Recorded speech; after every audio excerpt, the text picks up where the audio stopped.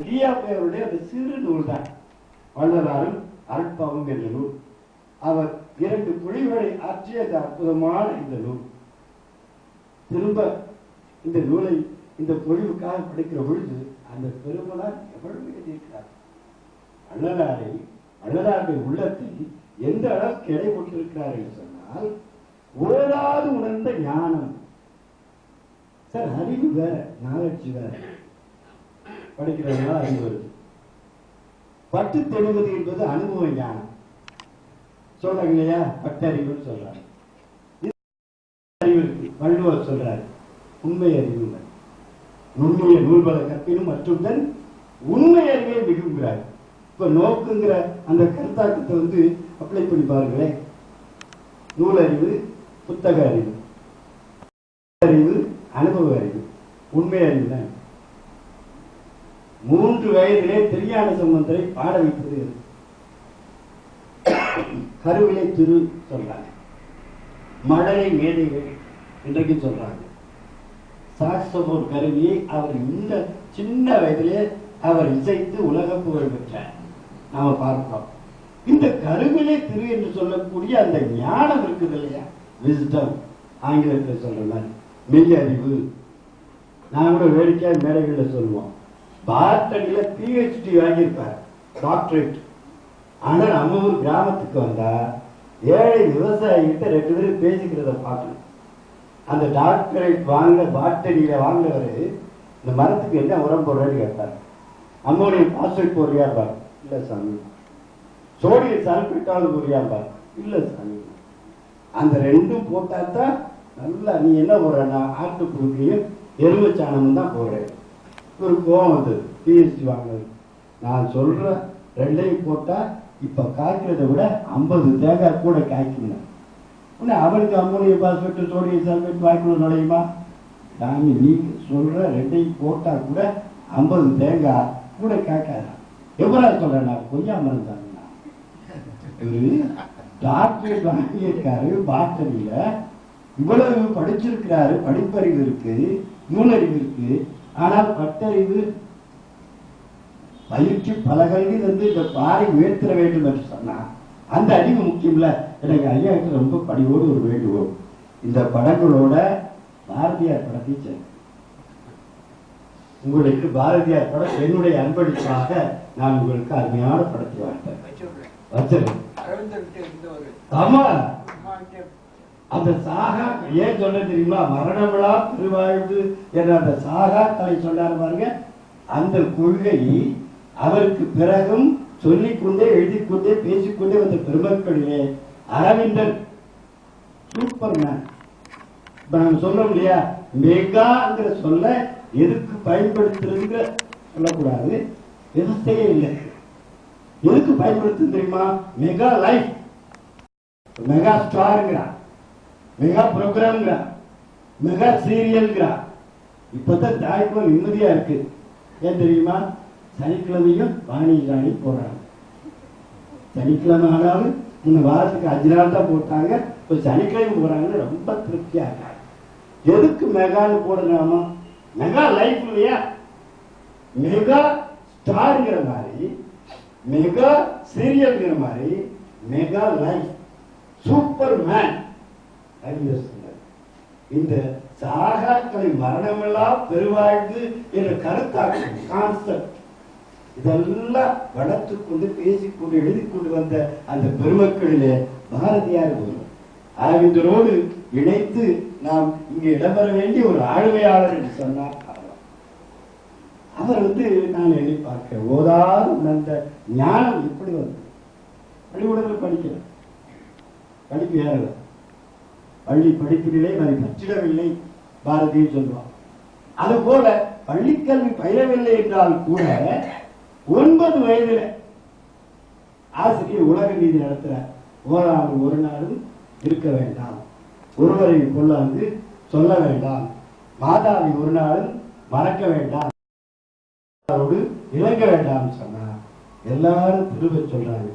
ராமலிங்கம் மட்டும் திரும்ப சொல்றாங்க.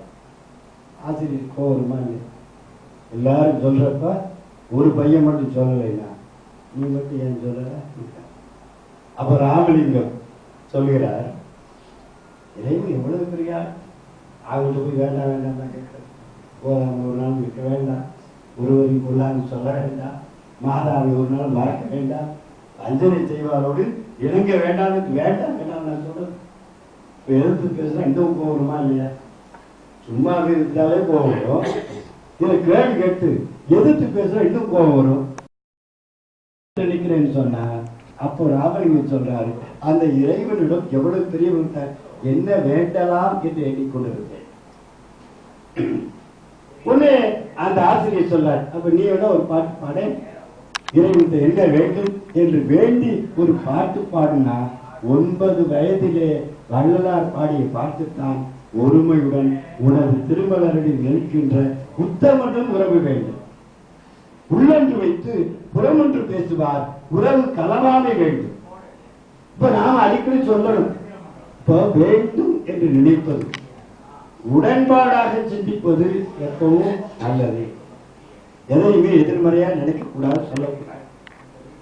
இங்கே வள்ளலார் 9 வயது இருக்கிற பொழுது அந்த ஆசிரியர் கேட்ட கேள்விக்கு பாடமாக பதிலாக சொல்லி அப்போது பாடிய பாடல், ஒருமையுடன் உனது திருமணம் இணைக்கின்ற உத்தமதம் உறவு வேண்டும் என்று சொன்னால் ஓதாது உணர்ந்த ஞானி. இன்றைக்கு பார்க்கலையே அவர் புரட்சி துறவியார். எல்லாவற்றையும் துறந்து காட்டுக்கு போவது அல்ல. துறவு என்பதற்கு என்ன இலக்கணம் சொல்லலாம், ஞானம் என்பதற்கு என்ன இலக்கணம் சொல்லலாம்னா, நான் மறையை கற்றவன் அல்ல ஞானி. எனக்கு நான் மறையும் தெரியும் என்று சொன்னால் அது ஞானிக்கு இலக்கணம் அல்ல. நான் மறையை கற்றவன் எவனோ அவன் தான் ஞானி தான்.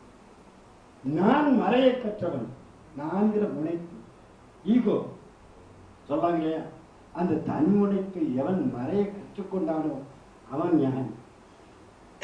எல்லாவற்றையும் துறந்து செல்வதல்ல துறவு. வள்ளுவர் பெருமான் ரொம்ப அழகா சொல்லிட்டார். எது தவம் என்று சொன்னால், அதாவது அடுத்த ஒரு உயிர் இறங்குகிறது என்று சொன்னார், பசியால் வாடுகிறது என்று சொன்னார், உற்ற நோய் நோன்றல், உயிர்க்கு உருகன் செய்யாமை, அற்றே தவத்திற்கு உரு. தவம் என்பதற்கு வடிவதுதான். துறவு என்று சொன்னால் துறந்து காட்டுக்கு போதல்ல, ஐயத்துள் வாழ்வாங்கு வாழ்பவன் ஆண்டவரையும் தெய்வத்துள் வைக்கப்படும். அதெல்லாம் வள்ளல் பெருமான் சொன்னது. இவர் என்னென்ன புரட்சி செய்தார் என்று சொன்னால் எத்தனை, இன்றைக்கும் பார்த்தீங்கன்னு சொன்னா வள்ளல் பெருமானுக்கு, வள்ளலார் பெருமானுக்கு வாய்த்த ஒரு தனிச்சிறப்பு என்னன்னு கேட்டால், ஏன் அவரை புரட்சி துறவி என்று சொல்லுகிறோம் என்று சொன்னால், ஏனைய சித்தர் பெருமக்களுக்கும் மற்றவர்களுக்கும் உள்ள வேறுபாடு தான். இவர் ஏற்றிய அந்த நெருப்பு இன்னமும் 150 ஆண்டுகளுக்கு மேலா இல்லையா, அந்த சத்திய தர்மசாலை என்று சொல்லி, சத்திய ஞான சபை என்று சொல்லி, சித்தி வளாகம் என்று சொல்லி அவர் தோற்றுவித்த அமைப்புகள் இருக்குல்ல, ரொம்ப பேசிடலாம், சரி எழுதிடலாம். ஆனா ஒரு அமைப்பு இப்ப சொல்றாங்க, நீ பாருங்க மேல்நாட்டுக்காரருக்கு நமக்கு என்ன வேறுபாடு சொல்லுங்க, ஒரு சிஸ்டம். பாரதியார் போற போக்குல சொல்றாரு, காலை எழுந்தவுடன் படிப்பு, பின்பு கனிவு கொடுத்து நல்ல பாட்டு, மாலை முழுவதும் விளையாட்டு என்று வழக்கப்படுத்திக் கொண்டு பார்ப்பாங்க.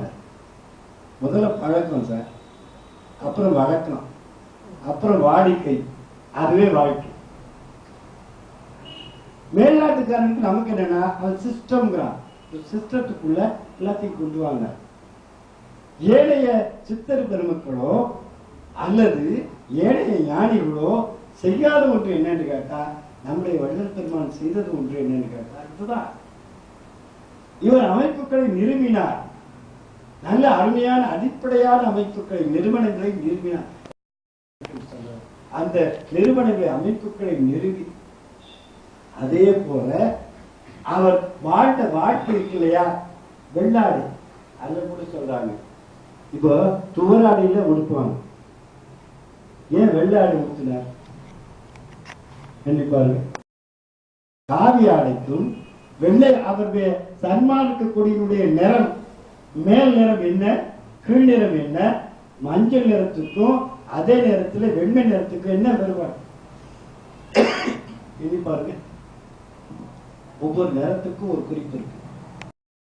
அவர் கொடியை அமைத்தார் என்று சொன்னால், வழிபாடு என்று சொல்லி அவர் ஒளி வழிபாடு என்று காண்பித்தார் என்று சொன்னால், அவர் இறைவனை வழிபடுகிற இந்த நெறி என்று ஒன்று காட்டினார் என்று சொன்னால், அவருக்கு முன்னோடி திருமூலர். மாணிக்கவாசர் மாணிக்கவாசர் எப்படி படிக்கணும் தெரியுமா? நான் என்னுடைய மாணவனை கேட்டேன், நீ என்னைக்கா திருவாசகம் படிச்சு அழுதுச்சா? ஓ, அழுதுருக்கேன். என்னைக்குடாண்ணா, நாளைக்கு பரீட்சை, இன்னைக்கு படிக்கணுமே அழுது. ஜீவ போக்கு 2 வரியை படிச்சுட்டு, தென்னாடுடைய சிவனே போற்றி எந்நாட்டவர்க்கும் இறைவா போற்றி என்ற 2 வரியை படிச்சுட்டு கண்ணீர் செஞ்சிருக்கிறார். அந்த கடிதத்தை மாற்றி எழுத மனம் வராமல், இந்த கடிதத்தின் முகப்பிலே சில எழுத்துக்கள் அழிந்து கொண்டிருக்கின்றன. ஏனென்று சொன்னால், என்னுடைய கண்ணீர் துளியை பட்டு திருவாசகம் படித்ததனால் பிறந்த கண்ணீர் அது. ஆங்களந்த மாணிக்க வாசலின் வாசகத்தை நாங்களன்று பாடுங்கள் நற்கருப்ப சாற்றிலே தேன் கலந்து பால் கலந்து செழுங்கணித்தின் சுவை கலந்து ஊன் கலந்து உயிர் கலந்து உவட்டாமல் இனிப்பது. இதுல எது முக்கியம் தெரியுமா? எது நோக்கு தெரியுமா? நான் கலந்து பாடுங்கள். திருவாசகத்தை எப்படி படிக்கணும்னு சொன்னா, நாம் பாட்டு வாங்க பாடாய் மண்ணாய் வழியாய் மொழியாய் மூடாய் உயிராய் உண்மையுமா இன்மையுமா போனாய் யார் எழுதுகின்றவரை கூத்தாட்டு வாழாகி என்றாய் என்ற பாட்டு. அவ்வளவுதான். தியாகராஜர் கல்வியில் படித்தா அந்த பாட்டை சொல்லாம யாருக்கு முடியாது. பாராயணம் பண்ண போதுமா? திருவாசகம் முழுக்க எனக்கு மனப்பாடம். திருக்குறள் 1330 குறள் எனக்கு மனப்பாடம் சொன்னா நான் அந்த மாணவனை பாராட்ட மாட்டேன். பாப்பா, நீ திருவாசகத்துல எந்த அடிய வாழ்க்கையை பின்பற்ற சொல்லு. திருக்குறள்ல நீ பின்பற்றுகிற திருக்குறள் ஒன்றை சொல்லு. வாழ்க்கையில முன்னேறணும்னு சொன்னா, வாழ்க்கையில நீ சாதனை படைக்கணும்னு சொன்னா, நீ என்ன இது திருவாசகத்துல நான் படிச்சேன். நான் மாணவனா படிக்கிறப்போ தியாகராஜர் கல்லூரியில ஒரு ஆராய்ச்சி கட்டுரை போட்டியில எழுதுறப்போ, வேகம் கெடுத்தாண்ட வேந்தனடி வெல்க. 40 வருஷத்துக்கு முன்னாடி சார், வேகம் கெடுத்தாண்ட வேந்தனடி வெல்கிற அந்த அடிக்கு சொற்பொருள் என்ன? வேகம் கெடுத்து அந்த வேந்தனடி வெல்க. இதுவே நாம் வாழ்க்கையில இல்லற வாழ்க்கையில புகுந்து கணவன் மனைவி பிள்ளை குட்டி குழந்தை பேரன் பேத்தி எல்லாம் நடுத்தர வயதில என்ன அந்த அடிக்கு பொருள்னா, வேகம் கெடுத்தாண்ட வேந்தனடி வெல்கன்னு சொன்னா, வள்ளலார் திருமணம் நிகழ்த்தது. ஆனா அவர் பதிவு செய்வார், நான் தொட்டதில்லைங்கிறார், இல்லற வாழ்க்கையில ஈடுபட்டதில்லைங்கிறார். நீங்க எண்ணி பார்த்தீங்கன்னு சொன்னா, நம்முடைய சமயத்துக்கு என்ன ஒரு சிறப்பு சைவ சமயத்துக்கு என்று சொன்னால், வைணவமாக இருந்தாலும் மேலை சமயங்கள் எல்லாம் என்ன சொல்லுவது தெரியுமா? God is love. நாம தான் லவ் இஸ் காட். அன்பே சிவம். இங்க அன்பை ஆராதித்த சமயம் என்று சொன்னால், திருமூலர் நடமாடும் கோயில் நண்பர்க்கு ஒன்று லீவில் படமாடும் கோயில் பரமர்க்கு அது ஆகாதுங்க. படமாடும் கோயில் பரமர்க்கு ஒன்று லீவில் அது நடமாடும் நண்பருக்கு போய் சேரும் கொண்டு வராருன்னு சொன்னா, நம்முடைய திருவாசகம் எப்படி சொல்லி பக்தி வலையில் படுவோங்காங்க. இத அன்புங்கிற அந்த நெறியை, அன்புங்கிற அந்த தவத்தை எப்படி வள்ளல் பெருமாள் எப்படி சொல்லுகிறான்னு சொல்லி, அன்பனின் பிடியில் அகப்படும் மலைங்கிறார். சார், மலையை எப்படி அன்புக்குள்ள அகப்படுத்த முடியும்? ஒரு மன்னன் என்று சொன்னா அவன் மணிமுடி, ரத கஜ துரக பதாதிகள், 4 விதமான படைகள். அன்பனும் குடில் புகும் அரசு. குடிசைக்குள்ள அரசு போவான். ஒரு ருஷ்ய நாட்டு பழமொழி இருக்கு, அது எவ்வளவு பெரிய மன்னனா இருந்தாலும் ஒரு நேரம் வந்ததுன்னு வச்சுங்க, சோதனை வந்ததுன்னா குடிசைக்கு முன்னாடி போய் நிற்கக்கூடிய காலமும் வரும். ஏழையை நாடி நிற்கக்கூடிய, உதவியை தேடி இருக்கக்கூடிய காலமும் வரும். அன்பனும் குடில் புகும் அரசே, அன்பனும் கரத்து அமரன். அன்பின் குணத்துள் அடங்குகின்ற அந்த ஒரு 6 வரிக்குள்ளே அன்பு நிலை எப்படியெல்லாம் உணர்த்துறார். நான் ஃபேஸ்புக்கில் ஒரு நல்ல ஒரு நிகழ்ச்சியை படித்தேன். இப்போ பிள்ளைகள் பிசிக்ஸ் புக் படிக்கிறானோ கெமிஸ்ட்ரி புக் படிக்கிறானோ ஃபேஸ்புக்கு படிக்கிறாங்க. டீச்சர் சொன்னாங்க அன்புன்னா என்னன்னு சொல்லுங்க. 3 பேருக்கு 3 இது சொல்றாங்க. அன்புன்னா எனக்கு என்னன்னு தெரியணும். 4 பேருக்கு 4 குழந்தைகளை கூப்பிட்டு இன்னைக்கு ஒரு காலையில தரேன், மதியம் வாங்க, எனக்கு அன்புனா என்னன்னு சொல்லுங்க. முதல் பாப்பா வந்து சொல்லிச்சு, நான் வந்து ஒரு மலை. உடனே சரி. 2வது பாப்பா வந்துச்சு, ஒரு வண்ணத்து பூச்சி. 3வது பாப்பா வந்துச்சு, ஒரு கனி. 4வது பாப்பா வருகையோட வந்துச்சு. இது எது அன்புன்னு சொன்னா இது சுதந்திரமா இருக்கு, ஃப்ரீயா இருக்குன்னு. நீ என்ன வருகையை வீசிட்டு வந்திருக்க கேட்டேன். இவங்க செஞ்ச மாதிரி எனக்கும், ஏன்னா ஒரு தாய் பறவை குஞ்சுக்கிட்ட எவ்வளவு அன்போட இருக்கு. வண்ணத்து பூச்சி பறக்கிறப்ப பார்க்க இப்படி நல்லா இருக்கு. இதெல்லாம் பார்க்கிறப்போ ஒரு மலரை பார்க்கிற பொழுது இன்னைக்கு நல்ல தினம், காதலர் தினம் இல்லையா, 14 தேர்ந்தெடுத்து தான் ஜவஹர் சார் வச்சிருக்காங்க. காதலர் தினத்துல இன்னைக்கு முழு நிலா நாள்னு சொன்னா அமைப்பு என்ன பொருத்தும் இந்த பொருத்தும் எனக்கு உனக்கு தான் பொருத்தம். இது எத்தனை பேருக்கு வர சொன்னாங்க, அதான் முக்கியம். வள்ளல் பெருமான் சொல்ற பொறாமை கொஞ்சம் கூட ஓட்டச்சட்டி வச்சிருந்தா கூட பொறாமப்படுறாங்க. நான் என்னுடைய மாணவர்களுக்கு சொல்றது எப்பவுமே நீங்க பாத்தீங்கன்னா ஒரு தொலைக்காட்சி பேட்டியிலையோ அல்லது வானொலியில பேசுறப்ப சொல்லுவாங்க, எனக்கு ஐயாவை நினைச்சா என்ன சொல்லக்கூடாது, பொறாமையா இருக்குன்னு சொல்லக்கூடாது. நாம என்ன சொல்லணும் தெரியுமா, நம்ம கொடுக்கணும் தெரியுமா, ஐயா நினைச்சா பெருமையா இருக்கு, ஐயா நினைச்சா பெருமையா இருக்கு, தம்பியை நினைச்சா எனக்கு பெருமையா இருக்குன்னு சொல்லி தர சொல்லணும். பொறாமையா இருக்குதா, இது எந்த அளவுக்கு பொறாம தெரியுமா, அது எந்த ஸ்டேஜுக்கு போயிருக்கு தெரியுமா, புதுமனைக்கு கூட போய் திருஷ்டி பொம்மையே கீழே விட்டு உடைஞ்சு போயிடுச்சு. என்ன திருஷ்டி பொம்மை இவ்வளவு அழகா இருக்குன்னா வீட்டை பார்த்து பொறாம இல்ல, திருஷ்டியா வச்சிருக்கா பாருங்க, அதை பார்த்து பொறாமப்படுறாங்க. வள்ளல் பெருமான் சொன்னாரு, ஓட்டச்சட்டியை வச்சிருக்கிறத பார்த்து பொறாமப்படுறாங்க. வட்டிக்கு கொடுத்து வாங்குறத ஓட்டை சட்டியை வைத்திருப்பதை பார்த்து பொறாமைப்படுகிறது. அதெல்லாம் உன்னை கடைசி பாப்பா வெறுங்கையோட வந்தது இல்ல, உன்னை அந்த பாப்பா சொல்லிச்சு, நீ என்னப்பா சொல்றன்னா, இவங்க செஞ்ச மாதிரி எனக்கு தோணுச்சு, அன்பை வெளிப்படுத்துவதற்காக ஒரு மலரை பறிக்கலாம் நினைச்சேன். ஆனா அந்த மலர் செடியோடு இருக்கிறப்பதானே மகிழ்ச்சி. பூக்களை பறிக்காதீர்கள் அதனால சொல்லியிருக்கா. அதை பார்க்கிறப்பவே இன்னைக்கு ஹைக்கூ கவி ரொம்ப அழகா சொல்றான். எப்படின்னு சொன்னா, அந்த இறந்த போது செடி விதவையாகுதான், தோட்டக்காரன் இறந்தான், செடி விதவையாயிற்று அப்படின்னு சொன்னான்.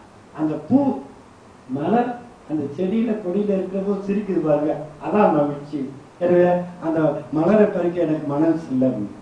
அதே மாதிரி நல்ல வனத்து பூச்சி பறந்து போச்சு, அதை பிடிக்கலாம் நினைச்சேன், ஆனா சுதந்திரமா இருக்குமா இல்லையா, அதனால விட்டுட்டேன். சரி, குஞ்சு பறவைனா தாய் பறவை தேடுமா இல்லையா, அதனால விட்டுட்டேன், சும்மா வந்திருக்கேன். இதுதான் அன்பு. ஆசிரியர் சொன்ன அன்புனா என்னன்னா இதுதான் அன்பு. நாம் வெளிப்படையா சொல்ல முடியாது.